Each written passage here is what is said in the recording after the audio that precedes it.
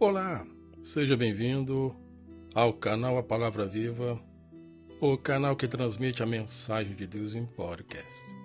Eu sou o Jefferson e hoje um novo tema é colocado em destaque, que é: de quem é a culpa?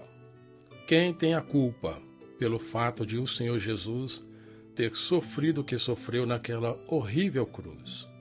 A cruz que no contexto bíblico é sinônimo de maldição, conforme o livro de Deuteronômio 22, versículo 23.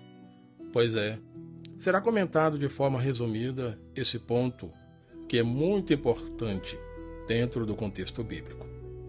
O texto como referência se encontra no Evangelho de João, capítulo 3, versículo 16, que diz da seguinte forma: porque Deus amou ao mundo de tal maneira que deu seu Filho unigênito, para que todo que nele crê não pereça, mas tenha a vida eterna.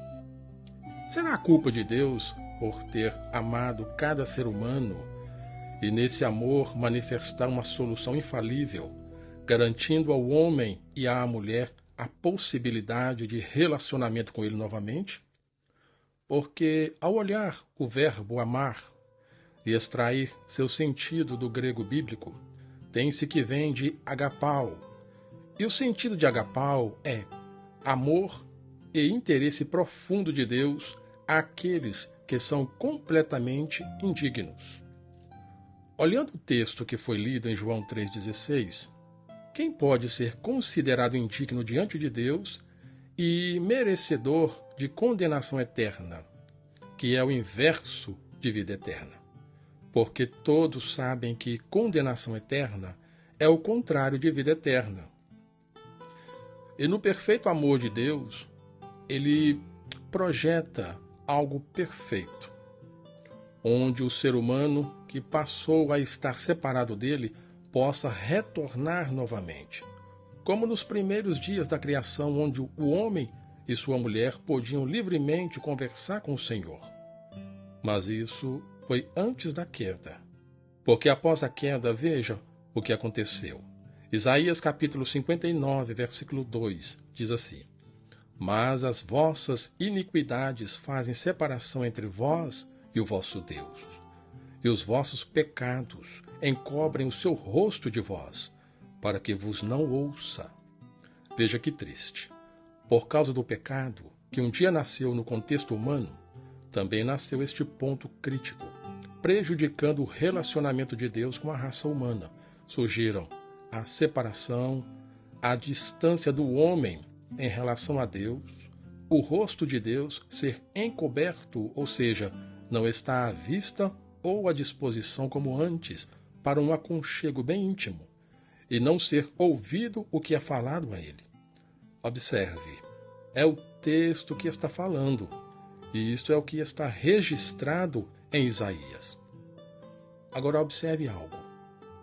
É boa coisa ou má coisa o ser humano buscar a Deus e não ser correspondido?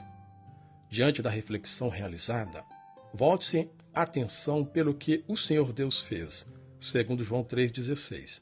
Ele, o Senhor Deus, por ter amado o mundo, enviou seu Filho primogênito para que o mundo, ou seja, as pessoas que acreditarem no Filho Jesus, não pereçam, não sejam condenadas ao inferno, mas possam ter vida eterna. E nessa vida eterna, poder ter de novo com o Pai o relacionamento que um dia foi rompido. Neste texto de João 3,16, é o Senhor Jesus quem está falando, dando testemunho do Pai, em que o Pai se preocupa com a humanidade. Mas veja também o Pai dando testemunho sobre o Filho, no livro de Mateus, capítulo 17, versículo 5. Diz assim: falava ele ainda, quando uma nuvem luminosa os envolveu, e eis vindo da nuvem uma voz que dizia: este é o meu Filho amado, em quem me comprazo, a ele ouvi. Ou seja, tudo o que o Senhor Jesus disser, o Pai garantiu que pode ser tomado em consideração. Nesta fala de Mateus capítulo 17, versículo 5, é o Pai a pessoa que o Senhor Jesus está falando a respeito em João 3,16.